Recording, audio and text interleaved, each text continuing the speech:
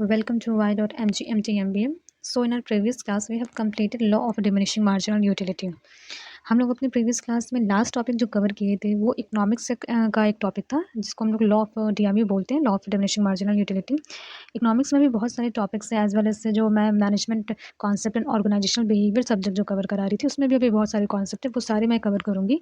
लेकिन आज मैं फाइनेंशियल अकाउंटिंग स्टार्ट करना चाहती थी, तो मैं फाइनेंशियल अकाउंटिंग के बारे में आज आपको स्टार्ट करूँगी। बेसिक से स्टार्ट हम लोग करेंगे। So let's start.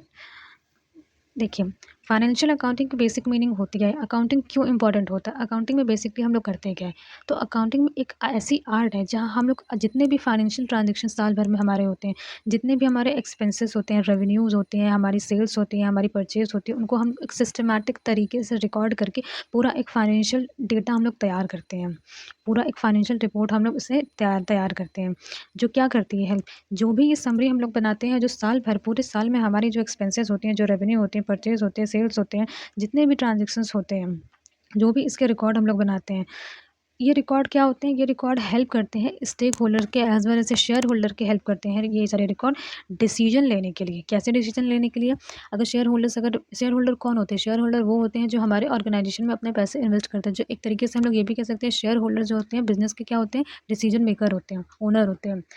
और स्टेक होल्डर क्या होते हैं, स्टेक होल्डर जैसे जितने भी एक्सटर्नल और इंटरनली जो भी कनेक्ट है हमारे ऑर्गेनाइजेशन किसी से भी, जैसे कि क्रेडिटर्स हो गए, हमारे सप्लायर्स हो गए, तो ये सारे लोग क्या होता है, ये स्टेक होल्डर आता है। एक्सटर्नली और इंटरनली जिस तरीके से भी वो कनेक्ट है, जिन भी लोगों के साथ कनेक्ट है, वो क्या होते हैं, वो स्टेक होल्डर्स होते हैं।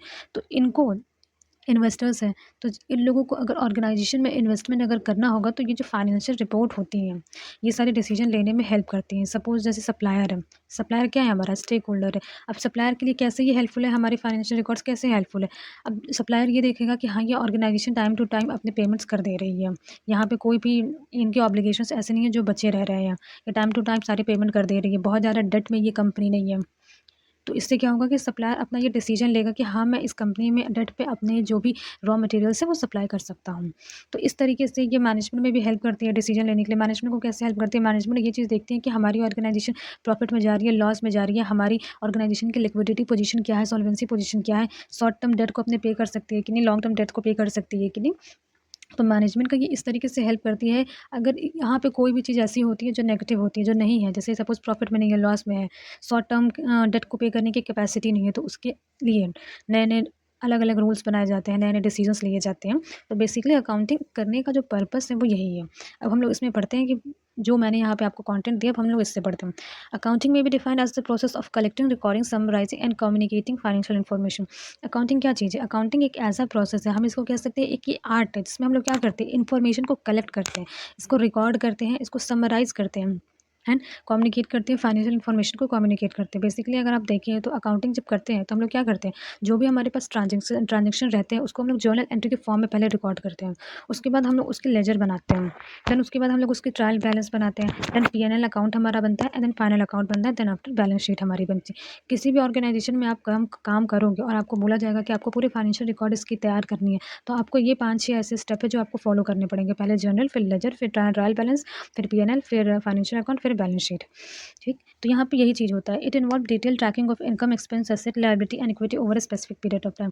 अब जैसा कि आप जान सकते हैं, आप देख सकते हैं कि इसमें हम लोग करते हैं क्या है, अपने इनकम्स को रिकॉर्ड करते हैं, अपने एक्सपेंसेस को रिकॉर्ड करते हैं, हमारे पास कितने एसेट बचे हैं इसको हम लोग रिकॉर्ड करते हैं, एसेट्स के डेप्रिसिएशन उस पे कितने लगे हम लोग ये भी रिकॉर्ड करते हैं, liability as well as equity, हाँ, कितना इक्विटी हमने दिया है हम लोग ये भी रिकॉर्ड करते हैं। आप ये देख सकते हैं कि जो बैलेंस शीट होती है वो स्पेसिफिक पीरियड के लिए बैलेंस शीट बनती है, एक साल का एक बार बैलेंस शीट बनता है एक स्पेसिफिक पीरियड के लिए। तो वहाँ पे क्या होता है, 1 ईयर के अंदर हमारे पास जितनी इक्विटी होंगी, मतलब जितना इक्विटी हमने दिया है अपने शेयर होल्डर को, लायबिलिटी साइड में ये सारे जितने भी ऑब्लिगेशंस होते हैं, लायबिलिटी होती हैं, वो सारे हमारे क्या होती है, क्रेडिट हो जाती है। और डेबिट में हमारे क्या रिकॉर्ड होते हैं, एसेट रिकॉर्ड होते हैं। जितने भी आपके पास जितना फर्नीचर है, जितना पैसा आपको लेना है, इट मीन डेटर क्या होते हैं, डेटर वो लोग होते हैं जिनसे हमें पैसे लेने होते हैं, इसीलिए ये एसेट में जाते हैं, और लायबिलिटी में क्या जाते हैं, क्रेडिटर जाते हैं जिनको हमें पैसे देने होते हैं। तो ये सारी चीज़ें रिकॉर्ड करके एक पूरा स्पेसिफिक पीरियड का पूरा एक फाइनेंशियल रिपोर्ट तैयार किया जाता है। So the primary purpose of accounting is to provide stakeholder such as management, investor, creditor and regulator. तो प्राइमरी पर्पस क्या होता है कि इस फाइनेंशियल स्टेटमेंट की हेल्प से जो स्टेक होल्डर होते हैं एज वेल एज मैनेजमेंट होते हैं, इन्वेस्टर होते हैं, क्रेडिटर एंड रेगुलेटर, ये सारे लोग क्या करते हैं, डिसीजन लेते हैं। किस चीज़ के डिसीजन लेते हैं, अब इन्वेस्टर है, इन्वेस्टर को इन्वेस्ट करना है, तो वो ऑर्गेनाइजेशन का ये पता लगाएगा कि ऑर्गेनाइजेशन की सॉल्वेंसी पोजीशन क्या है, लिक्विडिटी पोजीशन क्या है, कितना उसको प्रॉफिट हो रहा है कि नहीं, लॉस हो रहा है कि नहीं। इस ऑर्गेनाइजेशन में इन्वेस्ट करने के बाद जो शेयर होल्डर होंगे उनकी वेल्थ मैक्सिमाइजेशन होगी कि नहीं, क्योंकि ऑर्गेनाइजेशन का सबसे बड़ा दो ही मोटिव होता है। सबसे बड़ा फर्स्ट मोटिव जो होता है वो प्रॉफिट गेन करना होता है, सेकंड मोटिव होता है वेल्थ मैक्सिमाइजेशन। तो यहाँ पे ये पर्पस होता है। अब क्रेडिटर जाहिर सी बात है कि वो पैसे डेट पे दे रहा है अगर, तो वो ये चीज़ देखेगा क्रेडिटर। वैसे ही सप्लायर अगर अपने रॉ मटेरियल्स अगर डेट पे दे रहा है, उधार पे दे रहा है, तो वो उसको भी फाइनेंशियल स्टेटमेंट की नीड है जानने के लिए कि इनकी फाइनेंशियल पोजीशन क्या है। This process includes the preparation of financial statements such as a balance sheet, income statement and cash flow statement which summarize the financial performance and position of entity। अब जैसे कि मैंने आपको बताया कि अकाउंटिंग में होता क्या है कि हम लोग फाइनेंशियल स्टेटमेंट्स हम लोग बनाते हैं, बैलेंस शीट बनाते हैं, इनकम स्टेटमेंट बनाते हैं, कैश फ्लो स्टेटमेंट बनाते हैं। तो इसमें क्या होता है कि जो भी इन्फॉर्मेशन हम लोग यहाँ पे रिकॉर्ड करते हैं, वो रिकॉर्ड करने के बाद वो इसकी समरी बन जाती है। अब ईजिली कैश फ्लो स्टेटमेंट में हम लोग देख कर ये समझ सकते हैं कि कैश आउटफ्लो कितना है, इनफ्लो कितना है। इनकम स्टेटमेंट से हम लोग क्या, इनकम स्टेटमेंट जो है वो प्रॉफिट एंड लॉस अकाउंट का ही दूसरा नाम है, इससे हम लोग अपने कंपनी की प्रॉफिट एंड लॉस जान सकते हैं। बैलेंस शीट में हम लोग ये देख सकते हैं कि हमारी स्पेसिफिक पीरियड तक हमारे पास एसेट कितने हैं, हमारे पास लायबिलिटी कितनी है। तो ये क्या होता है, ये हेल्प करता है, किस चीज़ में हेल्प करता है, जो हमारे ऑर्गेनाइजेशन की पोजीशन है ये जानने में हेल्प करता है, एज वेल एज ये भी जानने में हेल्प करता है कि हमारी फाइनेंशियल परफॉर्मेंस कैसी है ऑर्गेनाइजेशन की। Now the nature of financial accounting. अब हम लोग फाइनेंशियल अकाउंटिंग की नेचर देखेंगे। तो यहाँ पे क्या है, द फर्स्ट नेचर क्या है, डीलिंग विद फाइनेंशियल ट्रांजेक्शन। अब आप ये चीज़ समझ सकते हैं कि अकाउंटिंग में जो हम लोग क्या करते हैं, अकाउंटिंग सिर्फ ओनली डील करता है किस चीज़ से, अकाउंटिंग में सिर्फ रिकॉर्डिंग होती है ओनली उन ट्रांजेक्शन की जो मेजरेबल होते हैं इन टर्म्स ऑफ मनी, जिनको मनी के टर्म्स में हम लोग मेजर कर सकते हैं, मनी के फॉर्म में ट्रांजेक्शन किया जाता है, सिर्फ उन्हीं ट्रांजेक्शन का रिकॉर्डिंग होता है। The second is recording of information.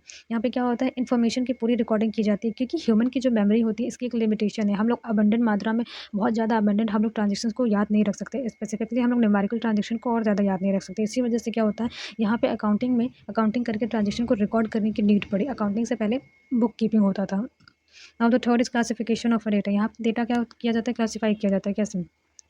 आप ये चीज़ समझ सकते हैं कि जब हम लोग जर्नल एंट्री में एंट्री करते हैं, जब हम लोग जर्नल बनाते हैं, तो जर्नल के बाद हम लोग लेजर बनाते हैं। अब लेजर में हम लोग क्या करते हैं, लेजर में हम लोग चीज़ों को अलग अलग हेड के अंदर क्लासीफाई करके उसकी रिकॉर्डिंग हम लोग करते हैं। सपोज आप लोग जब लेजर बनाते हैं तो आप रेंट अकाउंट बनाते हैं, इसी तरीके से आप कैश अकाउंट बनाते हैं, इसी तरह करके आप बहुत सारे ढेर सारे अकाउंट बनाते हैं।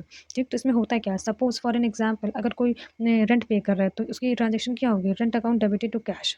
ये होगी क्यों, क्योंकि गोल्डन रूल के अकॉर्डिंग क्या होता है कि रेंट कहाँ पे जाएगा, आप ये समझ सकते हैं, debit all expenses and losses. Nominal account का रूल क्या होता है, debit all expenses and losses and credit all income and gain. इसी वजह से रेंट हमारा क्या होता है, डेबिट में जाता है, और कैश हमारा कहाँ गया, क्रेडिट में गया। ठीक, तो उससे हमारा क्या होगा, अब हम लोग रेंट अकाउंट में जब इसकी रिकॉर्डिंग करेंगे तो हम लोग कैश अकाउंट की रिकॉर्डिंग रेंट में करेंगे, और रेंट अकाउंट की रिकॉर्डिंग में हम लोग कैश में करते हैं, कैश अकाउंट में हम लोग करते हैं। तो ये जो स्पेसिफिक हेड में हम लोग जो रिकॉर्डिंग हम लोग करते हैं, ये लेजर, जर्नल, ट्रायल बैलेंस, ये सब मैं आपको और अच्छे से डिटेल में आगे समझाऊंगी। यहाँ पे मैंने एक बेसिक एग्जाम्पल दिया है कि बेसिकली होता क्या है कि जो चीज़ आप डेबिट में रिकॉर्ड कर रहे हैं ना, वो आपका कहाँ पे जाएगा। जैसे हमने यहाँ पे रेंट को हमने क्या किया, डेबिट में रिकॉर्ड किया, तो ये जाएगा हमारे कैश अकाउंट में। जब हम लोग लेजर बनाएंगे तब रेंट में जो अमाउंट लिखा रहेगा वो, और कैश अकाउंट में जो अमाउंट हमने लिखा है जर्नल एंट्री में, वो जब हम लोग लेजर बनाएंगे तो वो रेंट अकाउंट में उसका अमाउंट जाएगा। सो इस तरीके से क्या होता है, डिफरेंट हेड के अंदर क्लासिफिकेशन हम लोग कर करके उसकी रिकॉर्डिंग करते हैं। The recorded data is arrange in a manner so as to group the transaction of similar nature at one place, so that a full information of these item may be collected under different head. Example salary rent account, salary and rent account etcetera. Let's move forward.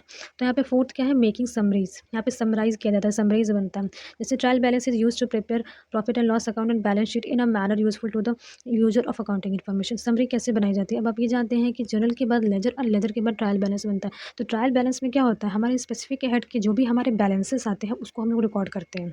ठीक, तो trial balance भी एक summary ही होता है, और trial balance के बाद trial balance के हेल्प से हम लोग पी एन एल अकाउंट और इनकम स्टेटमेंट दोनों एक ही चीज़ होता है, बस उसके फॉर्मेट अलग अलग होते हैं। तो यहाँ पे हम लोग क्या करते हैं, पी एन एल अकाउंट हम लोग बनाते हैं, उसके उसके सहारे हम लोग बैलेंस शीट भी बनाते हैं। तो बैलेंस शीट में हमारी क्या रिकॉर्डिंग होती है, एसेट एंड लायबिलिटीज हमारी रिकॉर्डिंग होती है। पी एन एल अकाउंट में क्या रिकॉर्डिंग होता है, जो हमारे एक्सपेंसेस, हमारे रेवेन्यूज जो होते हैं हम लोग वो रिकॉर्ड करते हैं। तो यहाँ पे इन सारे जो भी अकाउंट है, ये सारे अकाउंट और बैलेंस शीट ये मेंटेन किया जाता है। ठीक? क्यों? क्योंकि ये जो भी हमारे यूज़र्स हैं, जो भी हमारे ऑर्गेनाइज़ेशन के यूज़र हैं, जो स्टेक होल्डर्स, जो शेयर होल्डर है, ये अकाउंटिंग इन्फॉर्मेशन उनको डिसीजन लेने में हेल्प करता है, एज़ वेल एज़ मैनेजमेंट की भी डिसीजन लेने में हेल्प करता है। इन फिफ्थ पॉइंट में हम लोग देखें तो fifth point is analysing the purpose is to identify the financial strength and weakness of the business. It also provide a basis for interpretation. The purpose क्या होता है? To identify the financial strength को identify करना, कहाँ business हमारे business की क्या strength है, बिजनेस की पोजीशन कैसी है, बिजनेस की long term debt as well as short term debt, dividend, ये सब पे करने की कैपेसिटी है कि नहीं है, और वीकनेस है तो क्या वीकनेस है, क्या कमी है, क्या हम लोग और इम्प्रूव कर सकते हैं। तो ये सब चीज़ें हम लोग पता करने के लिए यहाँ पे एनालिसिस करते हैं। हम लोग किस चीज़ का एनालिसिस करते हैं? पूरे फाइनेंशियल अकाउंटिंग का। ठीक है? It also provide a basis for interpretation. अब ज़ाहिर-सी बात है कि अकाउंटिंग रिकॉर्ड्स में आप कुछ इन्फॉर्मेशन आप रिकॉर्ड कर रहे हो, तो उन इन्फॉर्मेशन को इंटरप्रेट करके ही आप डिसीजन लोगे कि आपको आगे क्या करना है, कैसे आपको डिसीजन लेना है। Interpreting the financial information, it require analysis of performance and position of entity that organisation is in profit और लॉस। अब इंटरप्रेटिंग द फाइनेंशियल इन्फॉर्मेशन का मतलब क्या हुआ? जो भी फाइनेंशियल इन्फॉर्मेशन है, जो भी फाइनेंशियल इन्फॉर्मेशन आपने रिकॉर्ड की है फाइनेंशियल अकाउंटिंग में, जो भी अकाउंटिंग में आपने रिकॉर्ड की है, उसका अकाउंटिंग रिकॉर्ड्स में जो जितने भी इन्फॉर्मेशन आपको मिले हैं, जितना भी आपने रिकॉर्ड बनाया है, पी&एल बनाया है, बैलेंस शीट बनाया है, उसकी पूरी तरीके से इंटरप्रिटेशन होगी। ये देखा जाएगा कि हाँ, कहाँ पे हमें क्या क्या लूपहोल्स है, क्या चीज़ हम लोग और इम्प्रूव कर सकते हैं, हमारी ऑर्गेनाइजेशन में कितना प्रॉफिट हो रहा है, हो भी रहा है कि नहीं, हमारी लिक्विडिटी पोजीशन क्या है, हमारी सॉल्वेंसी पोजीशन क्या है, जितने भी चीज़ रहेंगे ऑल ओवर, जिनके बेसिस पे डिसीजन लिया जाता है। अब डिसीजन फाइनेंशियल अकाउंटिंग के ही बेसिस पे लिया जाता है, उन्हीं रिकॉर्ड्स के बेसिस पे लिया जाता है, तो पूरे इन्फॉर्मेशन को इंटरप्रेट किया जाता है, और इंटरप्रेट करने के बाद क्या होता है? Communicating the result. यहाँ पे एक और नेचर मैंने बताया है, communicating the result, the profitability and financial position of a business as interpreted above are communicated to the interested party at regular interval so as to assist them to make their own conclusion. अब मैंने बताया था ना कि पहले हम लोग क्या करेंगे, पूरा इंटरप्रिटेशन करेंगे जितने भी फाइनेंशियल इन्फॉर्मेशन हमारे हैं उनके। अब जो भी हमारी प्रॉफिटेबिलिटी रहेगी, जो भी फाइनेंशियल पोजीशन हमारे बिजनेस की रहेगी एज इंटरप्रेटेड अबव, जैसे कि हमने पहले बताया था, उसको हम लोग जो भी हमारे ऑर्गेनाइजेशन में जो इंटरेस्टेड पार्टीज़ हैं, इंटरेस्टेड पार्टी कौन से होंगे? जो हमारे स्टेक होल्डर है, शेयर होल्डर्स है, जो मैनेजमेंट है, वो हमारे क्या होंगे? इंटरेस्टेड पार्टीज़ होंगे। उनको ये सारे इन्फॉर्मेशन बताए जाते हैं रेगुलर इंटरवल्स पे। जैसे कि आपने पढ़ा होगा तो प्रॉस्पेक्ट जारी किया जाता है जब इन्वेस्टमेंट की ऑर्गेनाइजेशन में ज़रूरत होती है। उस प्रॉस्पेक्ट में क्या लिखा होता है? उस प्रॉस्पेक्ट में पूरा डिटेल होता है एक ऑर्गेनाइजेशन को, उसकी फाइनेंशियल, उसका जितना भी उसका इंटरप्रिटेशन होता है, सारी डिटेल्स प्रॉस्पेक्ट में लिखी होती है। क्या कितनी पहले इन्वेस्टमेंट की थी, बिज़नेस किस फर्म, कितना उसको और प्रॉफ़िट हुआ, किस चीज़ में वो डील करती है, कितने पैसों की रिक्वायरमेंट है, कितने इन्वेस्टर हैं उनके पहले से, कितने उनके पहले से शेयर होल्डर है, इसके स्टेक होल्डर कितने, कहाँ से वो लोग रॉ मटेरियल मंगाते हैं। इस जितने भी चीज़, जितना भी ऑल ओवर इन्फॉर्मेशन होता है, वो पूरा प्रॉस्पेक्ट में लिखा होता है। तो वहाँ पे बिज़नेस को कितना प्रॉफ़िट हो रहा है, कितना लॉस हो रहा है, ये सब चीज़ें भी लिखा होता है। तो उसके बेसिस पे कोई भी इन्वेस्टर डिसीजन लेता है कि हमें इस ऑर्गेनाइजेशन में इन्वेस्ट करना है या नहीं करना है। Now the objective of financial accounting, यहाँ पे मैंने 7 ऑब्जेक्टिव भी दिए हैं। द फर्स्ट क्या है? Recording financial transaction. Financial transaction recording, अब ये चीज़ समझ ही सकते हैं आप, फाइनेंशियली मतलब जितने भी ट्रांजैक्शन होते हैं जो मॉनेटरी टर्म्स में हम लोग मेजर करते हैं, उन सारे ट्रांजैक्शन को हम लोग क्या करते हैं? रिकॉर्ड करते हैं। जैसे कि हमारे सेल्स हैं, जितने भी सेल्स हुए, जितने भी हमने परचेजेस की, जितनी अमाउंट की, जितना हमने एक्सपेंसेस किया, जितना हमने रेवेन्यू गेन किया, इसको क्या करते हैं हम लोग? एक सिस्टमैटिक मैनर में, जो फाइनेंशियल इन्फॉर्मेशन होते हैं, एक सिस्टमैटिक मैनर में इन सारे ट्रांजैक्शन को पूरे रिकॉर्ड किए जाते हैं। Now the second is preparing financial statement. अब उसके बाद ट्रांजैक्शन को रिकॉर्ड करने के बाद सारे जितने भी फाइनेंशियल स्टेटमेंट्स होते हैं, वो फाइनेंशियल स्टेटमेंट को प्रिपेयर किया जाता है। जैसे इनकम स्टेटमेंट है, बैलेंस शीट है, कैश फ्लो स्टेटमेंट है, ये करके एक समराइज़ किया जाता है सारे इन्फॉर्मेशन को। अब क्यों किया जाता है? ताकि ये जो भी स्टेटमेंट बन के आ रहे हैं, जो भी रिकॉर्ड बनकर आ रहे हैं, ये हमारी ऑर्गेनाइजेशन की फाइनेंशियल पोजीशन को रिफ्लेक्ट करता है, जिसके बेसिस पे डिसीजन लिया जाता है। एक पर्टिकुलर पीरियड का जितना भी फाइनेंशियल पोजीशन होता है, जो भी फाइनेंशियल पोजीशन होता है एक ऑर्गेनाइजेशन का, वो रिफ्लेक्ट करता है। इसी वजह से यहाँ पे क्या कहते हैं? फाइनेंशियल स्टेटमेंट को प्रिपेयर किया जाता है। The third is providing information for decision making. अब जो भी हम लोग income statement, balance sheet, cash flow statement, financial account जितने भी हम लोग बनाते हैं यहाँ पे, ये क्या करता है? ये हम लोग किसको देते हैं? ये हम हमारे स्टेक होल्डर को देते हैं, हमारे इन्वेस्टर को देते हैं, हमारे क्रेडिटर्स को देते हैं। किस लिए दिया जाता है? ताकि वो लोग अपने प्रॉपर डिसीजन अपना ले सकें, बिना किसी हेजिटेशन के, बिना किसी डाउट के, डाउट फ्री डिसीजन अपना लेकर बना सके वो, कि उनको उस ऑर्गेनाइजेशन में इन्वेस्ट करना है कि नहीं, उनको डेट पे रॉ मटेरियल्स प्रोवाइड करने हैं कि नहीं है। ठीक? तो ये सारे क्या चीज़ होते हैं? यहाँ पे डिसीजन मेकिंग के लिए कि इन्फॉर्मेशन की रिक्वायरमेंट होती है। ठीक? Ensuring accountability and transparency. अब इंश्योरिंग अकाउंटेबिलिटी एंड ट्रांसपेरेंसी का मतलब क्या हुआ? जो भी इन्फॉर्मेशन हम लोग रिकॉर्ड करके, पूरा जो एक फाइनेंशियल रिकॉर्ड रिपोर्ट हम लोग जो तैयार करते हैं, इससे क्या होता है? जो मैनेजमेंट हमारी होती है, जो हमारे शेयर होल्डर्स होते हैं, उनके सामने, share holder, stake holder, management, इन सबके सामने क्या होता है? एक ट्रांसपेरेंसी क्रिएट की जाती है। ट्रांसपेरेंसी क्रिएट की जाती है कैसे? जितने भी हमारे ऑर्गेनाइजेशन में लॉस हो रहे हैं, प्रॉफिट हो रहे हैं, जहाँ हमने एक्सपेंसेस ज़्यादा कर दिया, जहाँ हमने कम कर सकती है, जहाँ हमें नहीं करना चाहिए। हाँ, हमें हमारी सॉल्वेंसी रेशियो कितनी है, हमारी लिक्विडिटी रेशियो कितनी है, कैश फ्लो स्टेटमेंट से हमने कितना कैश इनफ्लो किया है, कितना कैश आउटफ्लो किया है, ये सब हमें क्या होता है, पता चलता है। ये सब पता चलता है और ये सारे इन्फॉर्मेशन एकदम ट्रांसपेरेंट हो जाते हैं management, stakeholder, shareholder के सामने।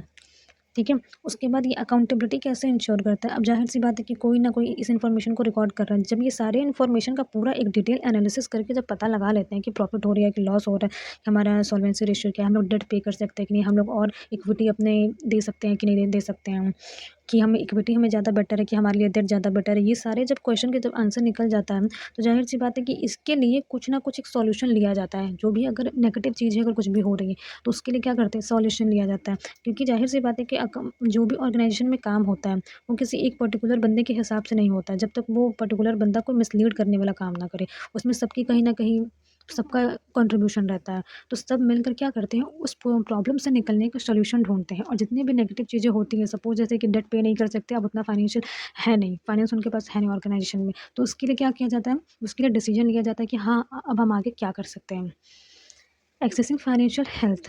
अब ये इतना पढ़ के तो आप ये चीज़ समझ ही गए होंगे कि जब पूरा रिकॉर्ड तैयार किया जाता है और इन्हीं के बेसिस पे सारे डिसीजन लिए जाते हैं, तो जाहिर सी बात है कि अगर किसी इन्वेस्टर को अगर पैसे इन्वेस्ट भी करने होंगे, तो ऑर्गेनाइजेशन की फाइनेंशियल हेल्थ अच्छी होगी, वो तभी करेगा। Now 6 is compliance with legal and regulatory requirement. इसका मतलब क्या हुआ, देखिए, compliance with legal and regulatory requirement का मतलब क्या हुआ। कंप्लायंस का मतलब क्या होता है, किसी चीज़ का पालन करना, किसी चीज़ को फॉलो करना, जो भी यहाँ पे गाइडलाइंस होती है, ठीक है, जो भी यहाँ पे रूल्स एंड रेगुलेशन है, जो गाइडलाइंस है, वो फॉलो किया जाता है। और क्यों किया जाता है, ताकि टैक्स के जो भी ऑब्लिगेशन है उनको मीट किया जा सके, जो भी फाइनेंशियल रेगुलेशन है उनको फॉलो किया जा सके। और also fulfilling statutory filing requirement. जैसे क्या होता है, टैक्स फाइल करते हैं, स्टैचुरी फाइलिंग करनी होती है, ये सारी चीज़ें, मतलब जितनी भी ऐसी चीज़ें होती हैं, लीगल चीज़ें होती हैं, जिनमें जैसे आपको टैक्स फाइल करना होता है, आप financial regulation rules and regulation follow आपको करना होता है, स्टैचुरी फाइलिंग आपको करना होता है। तो यहाँ पे क्या होता है कि इन सारी चीज़ों को करने के लिए भी हमारी अकाउंटिंग की ज़रूरत पड़ती है, रिकॉर्ड्स की ज़रूरत पड़ती है। तो compliance with legal and regulatory requirement, जितने भी आपके लीगल और रेगुलेटरी रिक्वायरमेंट है, इन सब चीज़ों का क्या होना चाहिए, अ, अनुपालन होना चाहिए, कंप्लायंस होना चाहिए, इसको फॉलो करना होगा, ताकि आप बहुत टेंशन फ्री होकर अब टैक्स भर सको, टैक्स पे कर सको, टैक्स फाइल कर सको, स्टैच्यूटरी फाइल कर सको। इसी वजह से यहाँ पे ज़रूरत होता है। Now now 7th is rational decision making. Rational decision making मतलब क्या हुआ कि एक सही डिसीजन बनाना। कैसे, कि आपको अपने आपके अकाउंटिंग रिकॉर्ड से ये चीज़ पता चलेगा कि हाँ, आपके पास हर चीज़ कितनी है, कितना आपका फाइनेंस बचा है, कितना आपका असेट बचा है, कितना आपका रॉ मटेरियल बचा है, कितना आपको लायबिलिटी और पे करना है, आप पे कर सकते हैं कि नहीं, कंपनी की कैपेसिटी है कि नहीं पे करने की। ये हम लोग कैसे पढ़ते हैं, जो भी हमारी लिक्विडिटी सॉल्वेंसी रेशियोज जब हम लोग पढ़ेंगे ना, तो मैं वहाँ पे आपको बताऊंगी कि ये डिफरेंट डिफरेंट रेशियो जो होता है, लिक्विडिटी, सॉल्वेंसी, प्रॉफिटेबिलिटी, इसमें क्या होता है। यही सारे एक ऐसे रेशियोज होते हैं ना, जिससे हमें पता चलता है कि कंपनी की जो डेट पेइंग कैपेसिटी है वो कैसी है। ठीक, तो ये सब हम लोग अलग अलग चैप्टर में हम लोग कवर करेंगे। सो यहाँ पे ये लिखा है, it helps allocate resources more efficiently across the economy, support investment and lending decision and contribute to economic stability and growth. अब रैशनल डिसीजन कैसे बनता है, इन्हीं सारे फाइनेंशियल रिकॉर्ड के देखते हुए रैशनल डिसीजन बनता है कि हम कितना और रिसोर्स एलोकेट कर सकते हैं, हम लोग को एक एफिशिएंट मात्रा में इकोनॉमी से हम लोग को रिसोर्स लेना होता है। क्यों, क्योंकि हमारे रिसोर्स वेस्ट भी नहीं होने चाहिए और सारे रिसोर्स हमारे यूटिलाइज हो जाने चाहिए। ठीक, सपोर्ट करता है किस चीज़ को, इन्वेस्टमेंट को। हाँ हाँ, हमारे ऑर्गेनाइजेशन में अच्छा खासा प्रॉफिट हो रहा है, तो हम लोग क्या करेंगे, अच्छे खासे तरीके से इन्वेस्ट करेंगे। एंड लैंडिंग डिसीजन ऑल्सो, हम लोग क्या करते हैं, डिसीजन लेना होता है किस चीज़ के बारे में, हम लोग को डिसीजन लेना होता है, किस चीज़ के बारे में डिसीजन लेना होता है, कि हम लोग को किस तरीके से इन्वेस्टमेंट करना है, कहाँ पे हम लोग को इन्वेस्टमेंट करना है, कितना हमें रॉ मटेरियल हम लोग को लेना है।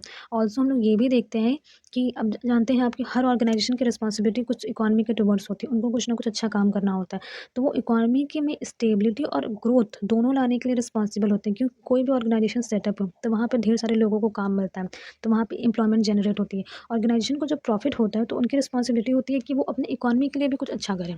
जैसे फॉर एग्जांपल जो टाटा ने है, पहली हॉस्पिटल, कैंसर हॉस्पिटल इस्टेब्लिश की थी। तो पहले कैंसर हॉस्पिटल टाटा ने जो एस्टैब्लिश की थी वो उनके ऑर्गेनाइजेशन का एक ऑब्लिगेशन था जो इकोनॉमी के टुवर्ड्स था।